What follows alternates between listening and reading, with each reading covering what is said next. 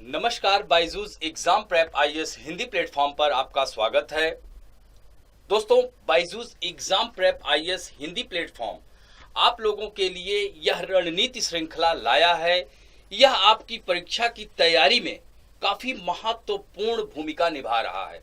आप लोगों ने देखा होगा जैसे इतिहास का, भूगोल का और अन्य विषयों का भी रणनीति श्रृंखला जारी की गई है। तो उसी में से एक सामान्य अध्ययन का यह विषय है, बहुत ही रुचिकर विषय है जिसे हम पर्यावरण एवं पारिस्थितिकी कहेंगे। तो दोस्तों, यह विषय काफी रुचिकर है। अगर हम लोग सही रणनीति अपनाएं, सही दृष्टिकोण से अगर इसका अध्ययन करें तो यह विषय आपके लिए बहुत ही सरल हो जाएगा और यह बहुत अंकदायी हो जाएगा।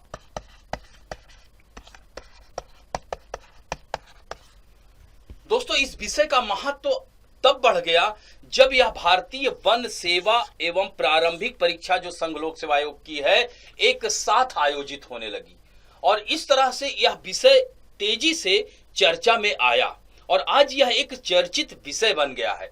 यानी आपकी संघ लोक सेवा आयोग की प्रारंभिक एवं मुख्य परीक्षा में यह बहुत ही महत्वपूर्ण भूमिका निभा रहा है। हालांकि शुरू में छात्र इससे घबराए, लेकिन अब धीरे धीरे हम लोगों ने एक रणनीति श्रृंखला ये जो बनाई हुई है, इस रणनीति श्रृंखला के माध्यम से छात्रों के लिए और आसान हो जाएगा इस विषय पर तैयारी करना। देखिए, प्रारंभिक परीक्षा और मुख्य परीक्षा, तो इन दोनों को हम लोग अलग अलग कर लेते हैं। तो पहले हम लोग इसमें जो स्ट्रेटजी है, यह स्ट्रेटजी सीरीज है, यह रणनीति श्रृंखला जो है, इसमें हम पहले प्रारंभिक परीक्षा की बात करेंगे। क्योंकि आप लोग ये जो संघ लोक सेवा आयोग की तैयारी कर रहे हैं, तो इसमें क्या है, सबसे पहले महत्वपूर्ण है कि प्रारंभिक परीक्षा को पास करना, फिर उसके बाद मुख्य परीक्षा को पास करना, फिर उसके बाद इंटरव्यू आता है। तो एक एक करके यह इंटरव्यू में भी बहुत ही महत्वपूर्ण भूमिका निभाता है। क्योंकि आप लोगों को पता ही है कि आज राष्ट्रीय और अंतर्राष्ट्रीय स्तर पर बहुत सारे पर्यावरणीय मुद्दे हो रहे हैं, बहुत सारे पर्यावरणीय मुद्दे चर्चा का विषय हैं। ऐसे में यह मुद्दे आपके इंटरव्यू में भी आ सकते हैं। तो हम ऐसा समग्र अध्ययन करते हैं कि आपको यह प्रारंभिक, मुख्य और इंटरव्यू में भी आपकी जो साक्षात्कार है उसमें भी यह आपकी सफलता में यह महत्वपूर्ण भूमिका निभा सके। तो इसमें हम लोग एक एक करके चर्चा करेंगे। तो प्रारंभिक परीक्षा की तैयारी के लिए क्या होना आवश्यक है? सबसे पहले तो आप लोगों के लिए सबसे महत्वपूर्ण यह है कि आपके पास इस प्रारंभिक परीक्षा का प्रश्न पत्र होना चाहिए। या आप ऑनलाइन एजुकेशन ले रहे हैं, आपके पास लैपटॉप भी होगा, आजकल मोबाइल फोन में भी ऐसे ऐसे एंड्रॉयड फोन है, वहां पर भी यह जानकारी मिल सकेगी। तो आपको यहां पर देखना है कि पर्यावरण एवं पारिस्थितिकी से संबंधित प्रश्न, यानी पारिस्थितिकी से संबंधित प्रश्न कैसे आए हैं, उसकी प्रकृति को आपको देखना है, उसके नेचर को देखना है कि किस प्रकार के प्रश्न आ रहे हैं। क्या यह पर्यावरण पारिस्थितिकी प्लस समसामयिक घटना से यह जुड़ा हुआ है, यानी इसको करंट अफेयर से जोड़ करके अगर आप पढ़ते हैं तो यह बहुत ही महत्वपूर्ण हो जाता है आप लोगों के लिए। तो यहां पर थोड़ा सा हम लोगों को विगत वर्षों का ट्रेंड देखना पड़ेगा। तो यह आप ट्रेंड देख रहे होंगे, environment and ecology question trend, यानी 2013 से लेकर के 2020 तक का। आगे हम 21-22 का अलग से इसके बारे में थोड़ा सा अध्ययन करेंगे कि कैसे प्रश्न आ रहे हैं। तो यहां पर आप देख सकते हैं कि 2013 में और 2014 की इमारत को आप देख रहे होंगे। तो यह इमारत 30 प्रश्न से ऊपर चली गई है। यानी सोच सकते हैं कि 2014 में जब छात्र परीक्षा देकर के प्रारंभिक परीक्षा में सम्मिलित होकर वापस लौटे तो काफी ज्यादा चर्चा का विषय बन गया कि आखिर यह विषय है क्या, इतना ज्यादा यह प्रश्न यहां से क्यों आ रहा है। तो इसको हम लोगों को देखना है, इसका यह चूंकि स्टैटिक पार्ट को भी देखना है और इसके डायनेमिक पार्ट को भी देखना है। यानी डायनेमिक पार्ट का मतलब क्या है कि जो घटनाओं से जुड़ा हुआ हो, यानी जलवायु परिवर्तन है तो जलवायु परिवर्तन से संबंधित बैठकें महत्वपूर्ण हो जाती हैं, कॉन्फ्रेंसेस महत्वपूर्ण हो जाते हैं, सम्मेलन महत्वपूर्ण हो जाते हैं। तो इस तरह से आप प्रश्न की प्रवृत्ति देख रहे होंगे। 2020 में भी यह 20 से अधिक प्रश्न आया है। तो यानी अगर हम लोग देखते हैं तो यह 16 से 18 प्रश्न का एवरेज निकलता है। यानी यहां पर आप देख सकते हैं कि 2015 में 13 प्रश्न आए हुए हैं, 2020 में 12 प्रश्न आए हुए हैं, 2021 में 16 प्रश्न आए हुए हैं और 2022 में 19 प्रश्न आए हुए हैं। और दोस्तों 2014 के बाद से तो पर्यावरण एवं पारिस्थितिकी एक प्रमुख विषय के रूप में उभरा, जब 31 प्रश्न आ चुके थे इसमें प्रारंभिक परीक्षा में।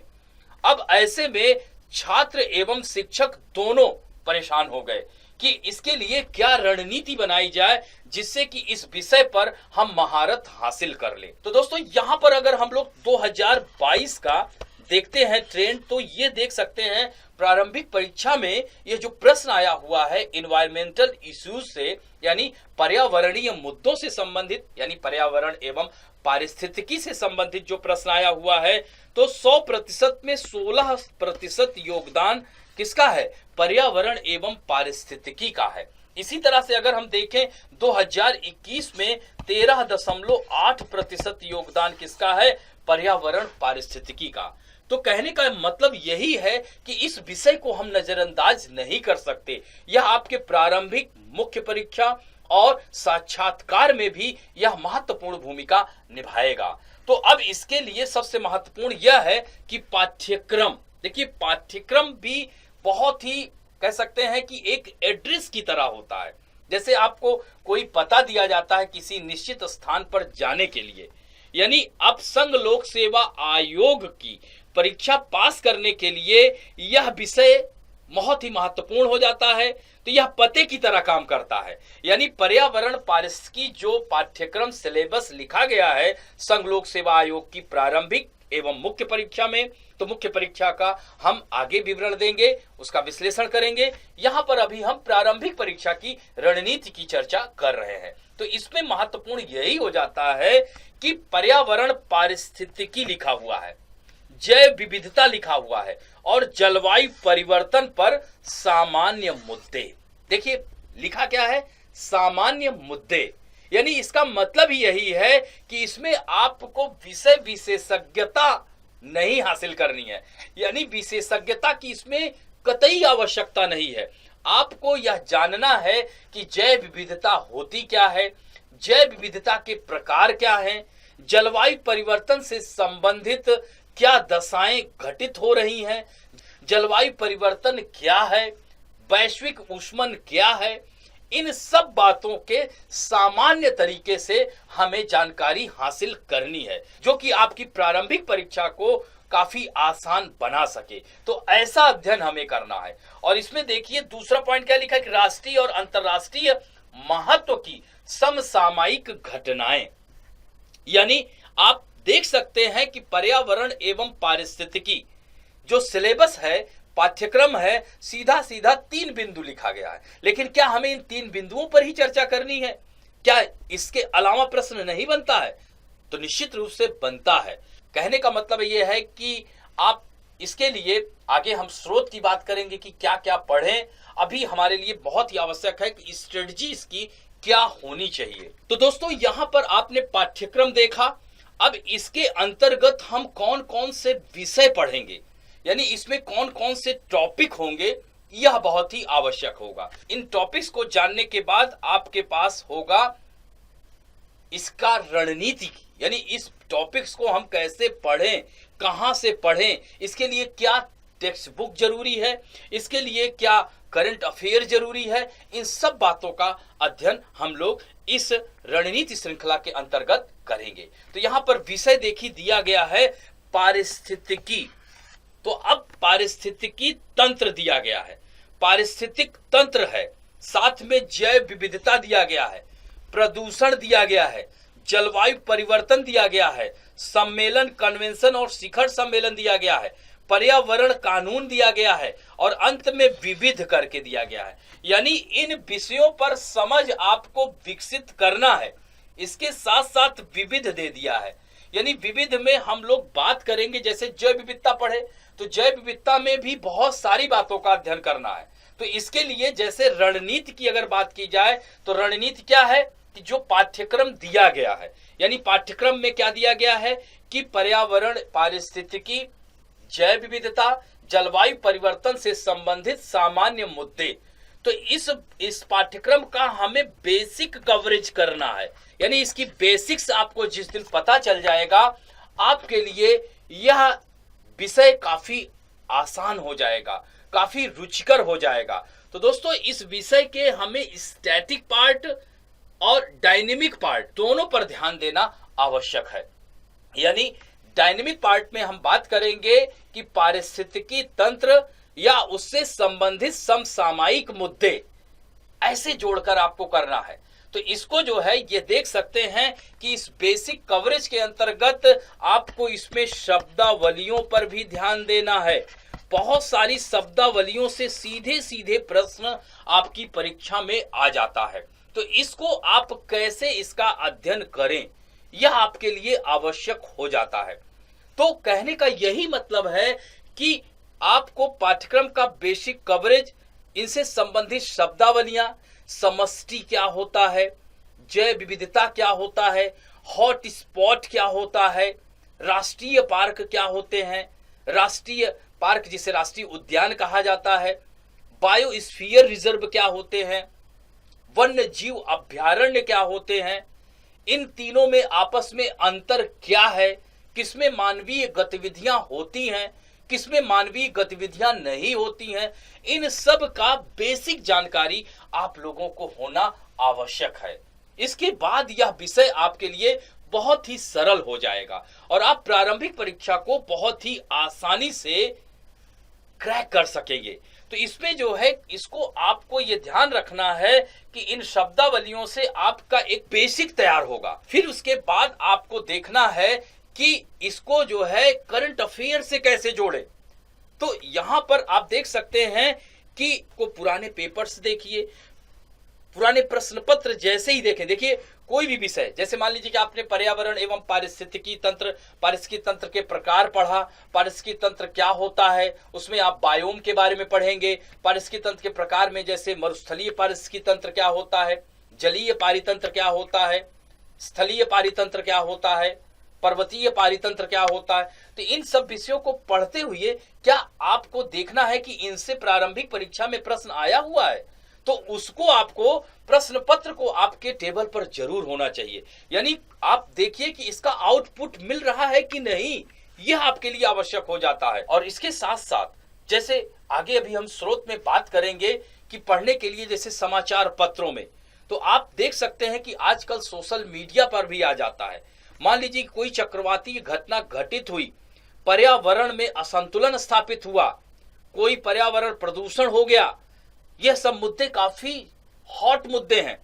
आज पर्यावरण प्रदूषण आप देख सकते हैं, खासकर वायु प्रदूषण, जल प्रदूषण, ये सब समस्याएं राष्ट्रीय और अंतर्राष्ट्रीय स्तर पर व्याप्त हैं।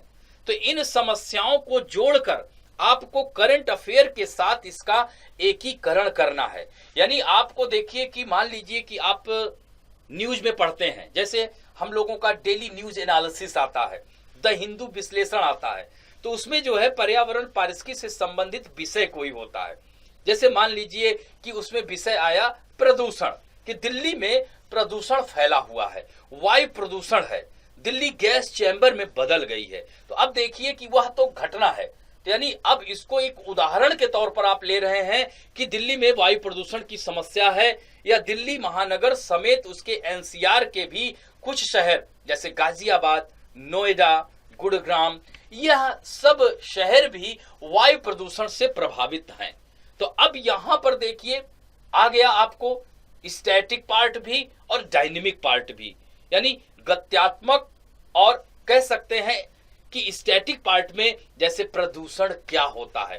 तो ये तो आप अपनी टेक्स्ट बुक से पढ़े होंगे, एनसीईआरटी से पढ़े होंगे। तो यह प्रदूषण क्या होता है, इसके क्या प्रकार हैं, पर्यावरण प्रदूषण क्या होता है, जलीय प्रदूषण क्या होता है, वायु प्रदूषण क्या होता है, साथ में समसामयिक घटनाक्रम से जोड़ते हुए। जैसे आपने वायु प्रदूषण क्या होता है उसकी परिभाषा को जाने और साथ में उदाहरण देकर के बताया कि आज भारत की सबसे पॉल्यूटेड सिटी दिल्ली हो चुकी है। तो यह आप इसको कनेक्ट करने की आदत डालिए। इसी तरह से मैंने क्या कहा कि इसमें जैसे कि पारिस्थितिकी तंत्र, इसके प्रकारों को, इससे संबंधित शब्दावलियों को, फिर जैव विविधता क्या है, जैव विविधता में धीरे धीरे कमी देखी जा रही है। जैव विविधता का मतलब ही यही है कि वहां पर जो पाई जाने वाली जंतु एवं वनस्पतियां, सूक्ष्म जीव से लेकर के बड़े जीव इन क्षेत्रों में पाए जाते हैं। तो क्या इन जीवों में कोई परिवर्तन दिख रहा है? क्या इसके पारितंत्र को अवक्रमित किया जा रहा है? तो ये क्या हो गई, इसको अंतरराष्ट्रीय और राष्ट्रीय स्तर पर घटना से जोड़ा जा सकता है। यानी जैसे अफ्रीका महाद्वीप में पिछले कई दशकों से सूखे की समस्या, खासकर पूर्वी अफ्रीका महाद्वीप में सूखा पड़ा हुआ है। इसके पीछे क्या कारण है? क्या जलवायु परिवर्तन कारण है? तो इससे आपको कनेक्ट करना है। तो इसमें जैव विविधता से संबंधित शब्दावलियां, प्रदूषण इस समय चर्चा का विषय है। तो यहां से प्रश्न हर साल आते ही आते हैं। अब जैसे कि जैव विविधता का ह्रास हो रहा है, पारिस्थितिकी तंत्र का नाश हो रहा है, पर्यावरण को अवक्रमित किया जा रहा है, लगातार मानवीय गतिविधियों के द्वारा पारिस्थितिकी तंत्र को कुचला जा रहा है, प्राकृतिक संसाधनों का हम दोहन कर रहे हैं। तो इनके बाद जो समस्याएं उत्पन्न हो रही हैं, उन समस्याओं के समाधान के लिए राष्ट्रीय और अंतर्राष्ट्रीय स्तर पर सम्मेलन आयोजित किए जाते हैं, कन्वेंशंस आयोजित किए जाते हैं। इन शिखर सम्मेलन में इन सब बिंदुओं पर चर्चा होती है। जैसे आप लोगों ने सुना होगा पेरिस जलवायु परिवर्तन सम्मेलन, इसी तरह से आपने सुना होगा ग्लासगो सम्मेलन। तो इसके लिए कोप यानी कॉन्फ्रेंस ऑफ पार्टी, कोप 21, कोप 22 ऐसे बैठकें होती हैं कि नहीं? तो इन बैठकों में क्या किया जाता है, इसमें कौन सी गाइडलाइन जारी की जा रही है, इन सब बिंदुओं को आपको क्रमवार पॉइंट आउट करना है। और इन सब बिंदुओं के साथ साथ अब देखिए कि इन सम्मेलन में कौन कौन से कानून बनाए गए, क्या यह कानून स्वैच्छिक हैं या बाध्यकारी हैं, किन देशों के लिए बाध्यकारी हैं कि विकसित देश से सबसे ज्यादा कार्बन इमिशन करते हैं, तो वह कार्बन उत्सर्जन के लिए सबसे बड़े वाहक हैं, तो क्या उनके लिए यह बाध्यकारी है या अन्य देशों के लिए यह स्वैच्छिक है। जैसे ग्लासगो सम्मेलन में आप लोगों ने देखा कि भारत ने कहा कि हम 2070 तक नेट शून्य कार्बन का उत्सर्जन, हम नेट जीरो पर पहुंच जाएंगे। तो उन्होंने एक गोल निश्चित किया। तो यह क्या है, चर्चा का विषय। हमारे देश के प्रधानमंत्री ने वहां पर आपने देखा होगा कि पंचामृत फार्मूला दिया कि हम कैसे जलवायु परिवर्तन को रोककर पर्यावरण को हम कैसे संरक्षित कर सकते हैं। उन्होंने उन मुद्दों पर आगे बढ़ करके कार्य किया। तो इन सब बातों को अब यह सम्मेलन या कन्वेंशन या अभिसमय में क्या कानून बनाए जाते हैं, तो उससे संबंधित जो पर्यावरणीय कानून है, तो क्या यह पर्यावरणीय कानून पारिस्थितिकी तंत्र को बचाने में मदद कर रहे हैं, और कौन सा कानून बाध्यकारी है, क्या यह जलवायु परिवर्तन में कार्य ठीक से कर रहा है, क्या यह जो है प्रदूषण को नियंत्रण करने के लिए जो कानून राष्ट्रीय और अंतर्राष्ट्रीय स्तर पर विकसित किए गए हैं, क्या इस पर जो है चर्चा की जा रही है, इस पर्यावरणीय कानून के माध्यम से क्या इम्प्लीमेंटेशन हो रहा है, क्या प्रदूषण पर हम नियंत्रण स्थापित कर रहे हैं। हमारे देश की सरकारें यह कह रही हैं कि आने वाले दिनों में हम दिल्ली से प्रदूषण को पूरी तरह से समाप्त कर देंगे। तो अब इन सब बातों को आपको करंट अफेयर से, यानी इसीलिए मैंने क्या कहा कि ये जो बातें हैं पारिस्थितिकी तंत्र से संबंधित शब्दावलियां हैं, जैव विविधता से संबंधित, अब जैव विविधता का ह्रास हो रहा है या जैव विविधता का अवक्रमण हो रहा है, तो निश्चित रूप से जंतु एवं वनस्पतियां नष्ट हो रही हैं। तो अब उनको भी आप वहां पर देख सकते हैं कि सुभेद्य कौन है, विलुप्त कौन है, विलुप्त प्राय कौन है, जिसे लुप्त प्राय कहा जाता है, कौन इंडेंजर्ड है, कौन क्रिटिकली इंडेंजर्ड है। यह सब शब्द आपको जानना आवश्यक है। और इससे संबंधित अंतरराष्ट्रीय संगठन इस पर क्या कार्य कर रहे हैं, IUCN की रेड डाटा लिस्ट क्या है, तो इन सब बातों को, यह अक्सर चर्चा में रहते हैं, तो इन्हें आपको क्रमवार अध्ययन करना है। अब जैसे मैंने क्या कहा कि मान लीजिए कि गिद्ध समाप्त हो रहे हैं, वल्चर्स नष्ट हो रहे हैं, तो इनके लिए राष्ट्रीय और अंतर्राष्ट्रीय स्तर पर क्या क्रिया योजना बनाई जा रही है, क्या कानून बनाया जा रहा है कि जिसे इनको बचाया जा सके। इसी तरह से चर्चा में रही महत्वपूर्ण प्रजातियां जो खबरों में है, जंगलों में मेढक की नई प्रजाति पाई गई, अरुणाचल प्रदेश के जंगलों में नई प्रजाति पाई गई, वनस्पति प्रजाति या जंतु प्रजाति। पश्चिमी घाट पर्वत में बहुत सारी जैव विविधता पाई जाती है, शांति घाटी में नए जीव पाए गए। तो यह क्या है, जो नए नए जीव पाए जाते हैं तो ये आपके समाचारों में पाए जाएंगे। अब इनको आप नोट कर लीजिए और इस तरह से साल भर का जो समसामयिक घटनाक्रम है प्लस बेसिक नॉलेज, मैंने क्या कहा था कि प्रदूषण, पारिस्थितिकी तंत्र, जैव विविधता, राष्ट्रीय उद्यान, मैंने बताया कि विविध में आप इन सारे पॉइंट्स को डाल सकते हैं। तो ये सारे बिंदु आपको जानना आवश्यक है। फिर जंगलों के बारे में, यानी यह जंगल कहां पर अवक्रमित हो रहे हैं, इन जंगलों में कौन कौन सी प्रजातियां पाई जा रही हैं, इन सब जो खबरों में है। तो नई प्रजातियों की उत्पत्ति, कुछ प्रजातियां विलुप्त हो रही हैं, उनके बारे में जानना आवश्यक है। तो इन सब बातों को आपको पाठ्यक्रम के आधार पर, और साथ साथ ये देखिए कि विगत वर्षों में क्या इनसे संबंधित प्रश्न पूछे गए हैं, तो उसको आपको यहां पर देखना है। और साथ में चर्चा में पर्यावरणीय मुद्दे। अब देखिए पर्यावरणीय मुद्दे, मैंने क्या कहा कि पर्यावरण से संबंधित मुद्दे, यानी आप देख सकते हैं कि अगर पर्यावरण में सब कुछ व्यवस्थित है, यानी प्रकृति ने एक अलग प्रकार का संतुलन स्थापित कर रखा है, और उस प्रकृति में किसी भी चीज में किसी के साथ मानवीय गतिविधियों के तहत छेड़खानी होती है या प्रकृति को अवक्रमित किया जाता है, या कह सकते हैं कि उस प्रकृति का दोहन किया जाता है, तो ऐसे में पर्यावरण से संबंधित मुद्दों से भी संबंधित समसामयिक आपके खबरों में आएगा। तो उन खबरों को आपको स्टैटिक पार्ट से जोड़ते हुए पर्यावरण पारिस्थितिकी को पढ़ना है, और इस तरह से आपका यह विषय काफी आसान हो जाता है। तो कहने का मतलब है कि पर्यावरणीय मुद्दों से संबंधित, यानी आप देख सकते हैं कि अफ्रीका महाद्वीप जैसे हो गया, दक्षिण अमेरिका महाद्वीप हो गया, यानी दक्षिण अमेरिका महाद्वीप के जंगलों में आग लग जाती है। तो इन आग लगने के पीछे क्या कारण है, जलवायु कारण है, प्राकृतिक कारण है, या इससे संबंधित मानवीय कारण है।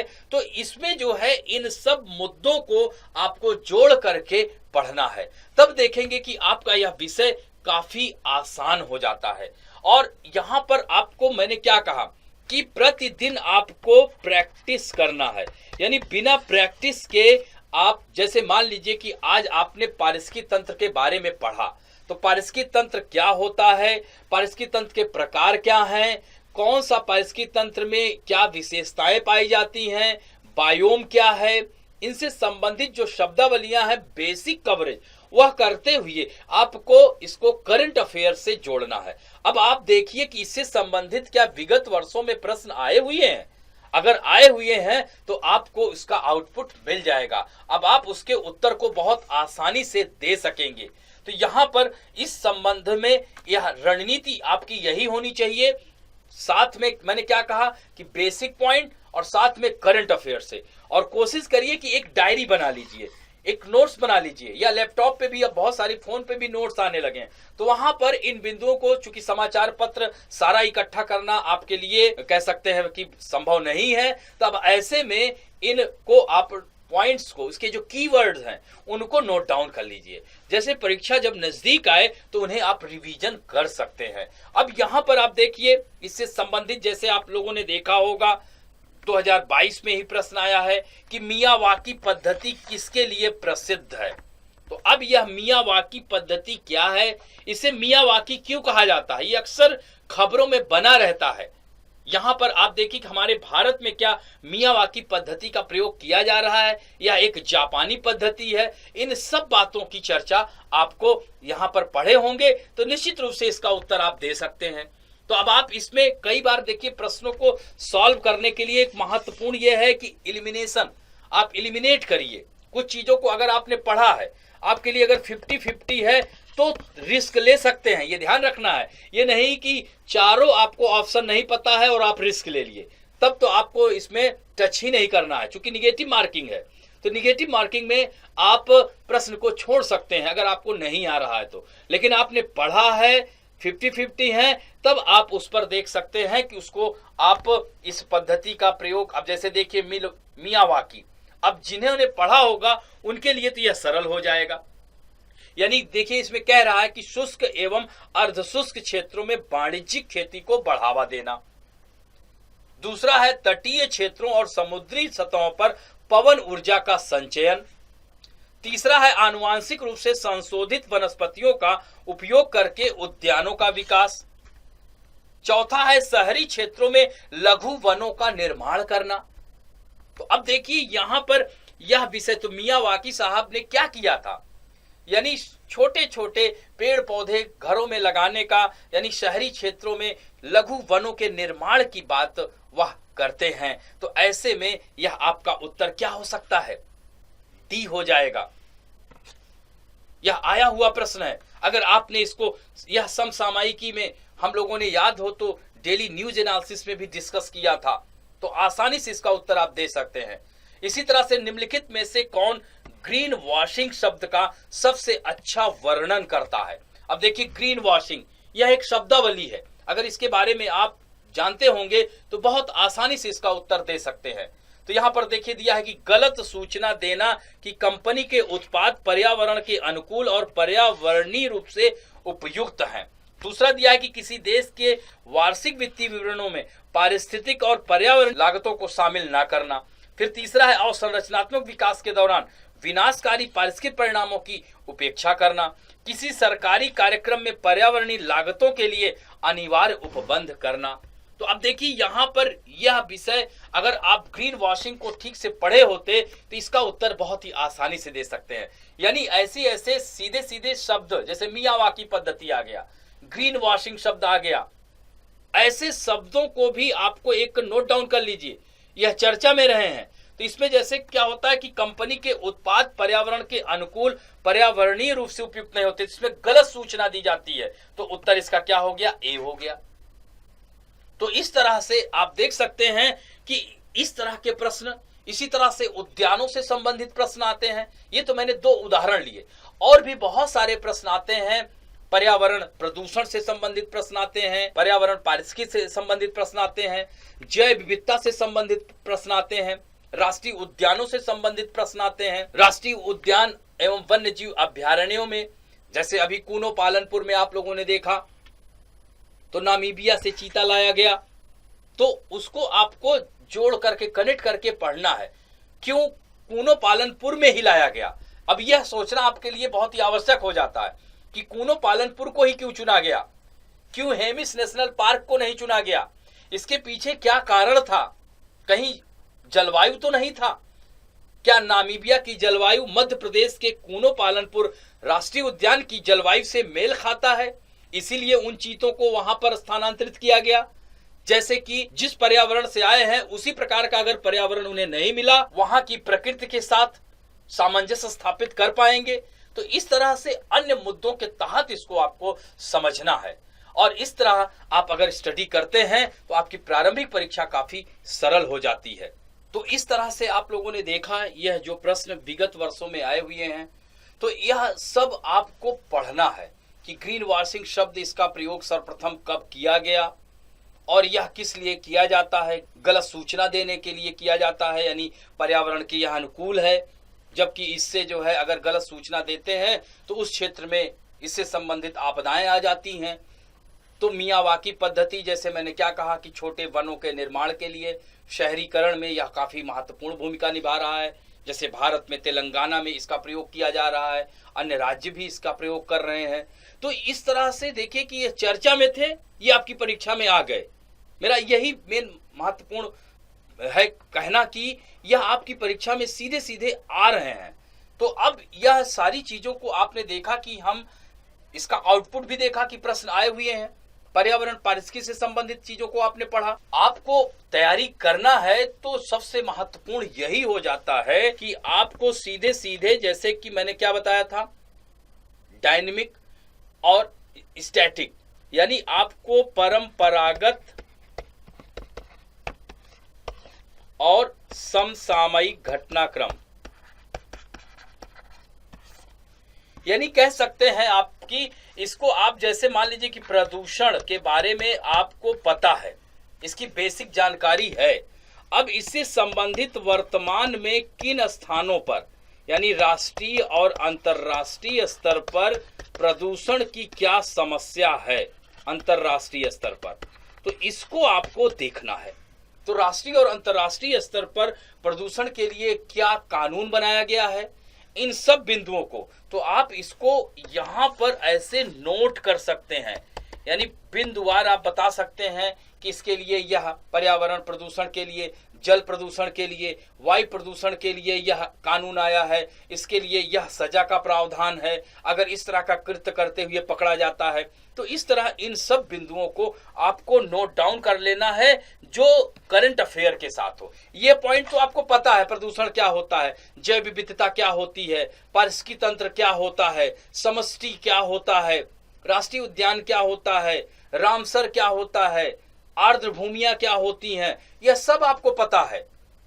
अब इन सब को, यह आपकी क्या है बेसिक नॉलेज, लेकिन साथ में अगर हम इसको करंट अफेयर से जोड़ देते हैं तो ये आपके लिए सरल हो जाता है। तो इन्हीं बातों को आप लोगों को ध्यान देना है। और इसको हम पढ़े कहां से, स्रोत क्या हो हमारे पास, तो यह समाचार पत्र द हिंदू और इंडियन एक्सप्रेस।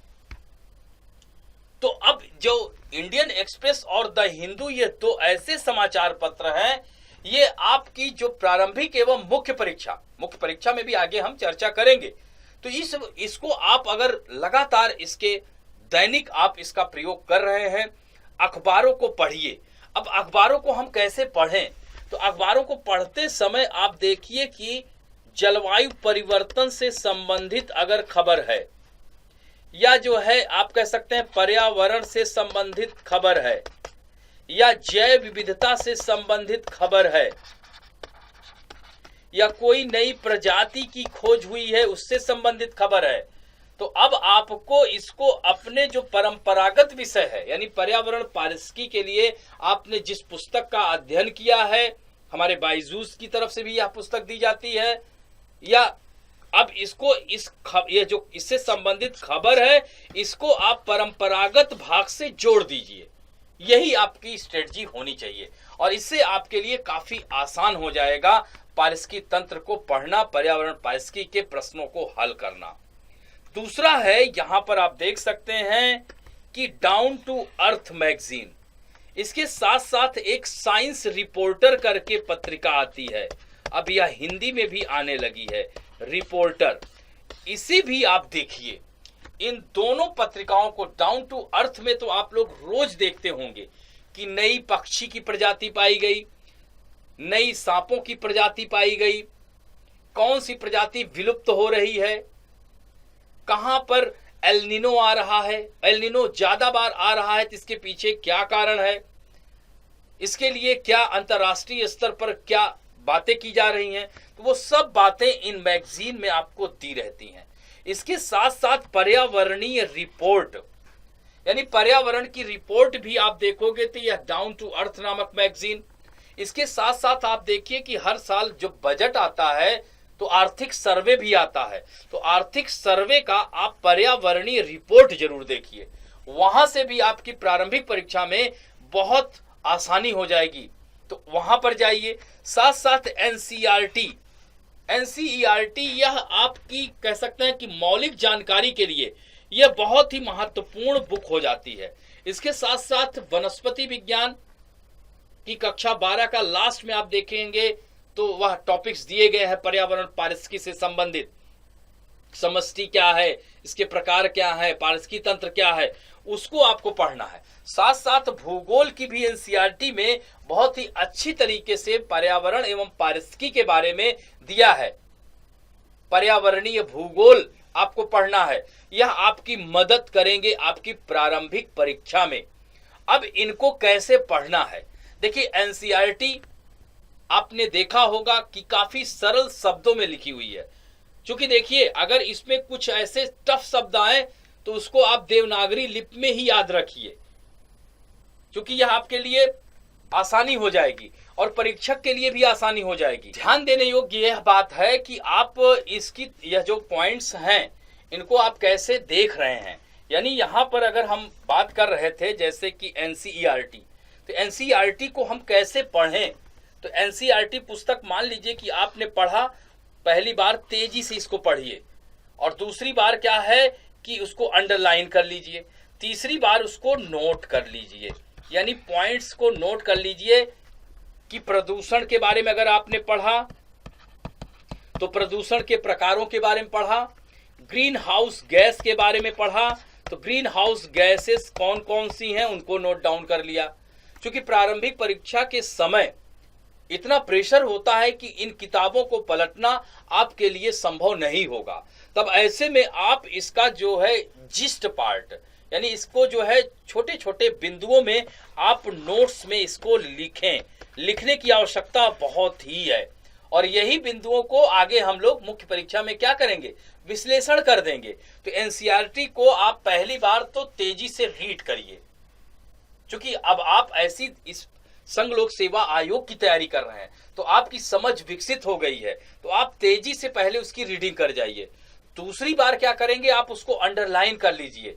किसको, जो महत्वपूर्ण बिंदु हैं, और उन महत्वपूर्ण बिंदुओं को जिसको आपने अंडरलाइन किया है, तीसरे बार उसको लिख करके छोड़ दीजिए। अब जो है जब आप परीक्षा की तैयारी, यानी आप प्रारंभिक परीक्षा एग्जाम देने के एक हफ्ते पहले ये जो पॉइंट्स लिखे हुए हैं उसको आप रिवीजन मार दीजिए। देखिए आपका प्रश्न गलत नहीं होगा, और साथ में इसको समसामयिक घटना क्रम से जोड़ दीजिए, यानी करंट अफेयर से जोड़ना बहुत ही आवश्यक है आपको, यानी रोज की घटनाओं से जोड़ना। और इसको मैं तो यह कहूंगा कि आप इसको सप्ताह, मंथ यानी महीना, और अंत में साल यानी एक साल का, तो यानी आपको हर वीक यह देखना है कि पर्यावरण पारिस्थितिकी से संबंधित कितने आर्टिकल हमने तैयार किए, और यह किस विषय से संबंधित था। प्रदूषण से संबंधित था, कि जैव विविधता से संबंधित था, कि यह पर्यावरण पारिस्थितिकी से संबंधित था, कि यह पर्यावरण संरक्षण से संबंधित था, या कह सकते हैं कि विविध में हमने बात किया था तो राष्ट्रीय उद्यानों से संबंधित था। वह राष्ट्रीय उद्यान किस भौगोलिक परिस्थिति में पाए जाते हैं, उनको आप मैप बेस्ड, यहां पर मैप का भी प्रयोग कर सकते हैं। मैंने क्या कहा कि यह विषय एकदम अलग नहीं है, इसको विज्ञान और भूगोल से जोड़ करके, साथ साथ समसामयिक घटनाक्रम से जोड़ करके हम देख सकते हैं। तो इस तरह से अगर आप इसका क्रमवार अध्ययन करते हैं तो निश्चित रूप से प्रारंभिक परीक्षा में आपको दिक्कत नहीं आएगी। जैसे मैंने क्या कहा कि एनसीईआरटी की नोट्स बनाइए, उसी तरह से द हिंदू के बारे में भी हमने यही बताया, इंडियन एक्सप्रेस के बारे में भी यही बताया, और साथ साथ हमारा बायजूस एग्जाम प्रेप आईएएस जो हिंदी प्लेटफॉर्म है, आप लोगों के लिए सीएनए रोज देता है, डेली न्यूज एनालिसिस देता है, डेली क्विज देता है, साथ में आप देख रहे होंगे बिग न्यूज भी आ रहा है। तो बिग न्यूज में कई बार पर्यावरणीय मुद्दों से संबंधित रहता है। तो इन बिंदुओं को आपको जोड़ना है आपके साथ परंपरागत विषय पर्यावरण पारिस्थितिकी तंत्र के। तो इस तरह से इनको जोड़ करके समग्र अध्ययन हो जाएगा, और यह सामान्य अध्ययन में आपके प्रारंभिक परीक्षा में महत्वपूर्ण भूमिका निभाएगा। तो इस तरह से इन विभिन्न स्रोतों का प्रयोग करके आप पढ़ते हैं तो आपकी प्रारंभिक परीक्षा निश्चित रूप से आपके लिए सरल हो जाएगी, और आप प्रारंभिक परीक्षा जब पास करेंगे तो उसके बाद मुख्य परीक्षा के द्वार खुल जाएंगे। अब ऐसे में आगे की चर्चा हम लोग नेक्स्ट क्लास में करेंगे कि मुख्य परीक्षा की स्ट्रेटजी क्या हो। तो आशा करता हूं कि यहां तक आप लोग प्रारंभिक परीक्षा की रणनीति समझ गए होंगे। अब यहीं पर इसको हम विराम देंगे। धन्यवाद, और आगामी परीक्षा के लिए आप लोगों के लिए ढेर सारी शुभकामनाएं, आप लोग सफल हों। धन्यवाद।